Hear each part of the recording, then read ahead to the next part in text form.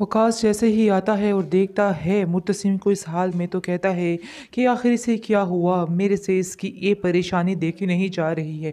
इसके बाद मुत्तसिम की माँ बड़े ही गुस्से से बोलती है और वकास को कहती है कि इस हर बात की जिम्मेदार तुम्हारी बेटी है। तुम्हारी बेटी की वजह से ही सारा कुछ हुआ है।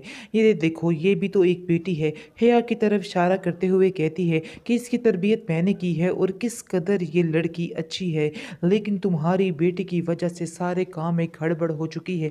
उसने ज़रूर कोई ऐसी हरकत की होगी जिसकी वजह से मेरे बेटे की जान को ख़तरा बन गया है, इसलिए इसका साथ रहना ही उसके लिए बहुत मुश्किल है। मुझे तो बस ये खौफ है कि ऐसा ना हो कि मेरे बेटे की ज़िंदगी तबाह हो जाए और किसी दिन वो जान से हाथ धो बैठे, क्योंकि असरात तो कुछ ऐसे ही नज़र आ रहे हैं। अगर तुमने इसको ना संभाला, मैं तुम्हें बार बार एक ही बात कहना चाह रही हूँ कि अपनी बेटी को संभाल लो, वरना हालात बहुत ज़्यादा बदतर हो सकते हैं और काफ़ी ज़्यादा टेंशन हो सकती है। क्योंकि अगर मैंने अपने तरीके से समझाया तो फिर आप लोगों को ये बात पसंद नहीं आती और आप लोग तरह तरह की बातें करते हो फिर मेरे बारे में, और फिर सब मुझे अदालत में यानी कि कटहरे में ला के खड़ा कर देते हो कि मेरी बेटी के साथ ऐसा क्यों किया, तो मेरी बेटी के साथ ऐसा क्यों किया। इसलिए बेहतर यही है कि अपनी बेटी को खुद ही समझाओ कि अपने ये लक्षण ठीक कर ले, वरना मुश्किलात बहुत ज़्यादा बढ़ जाएंगी और फिर मैं भी इसको कंट्रोल नहीं कर पाऊंगी।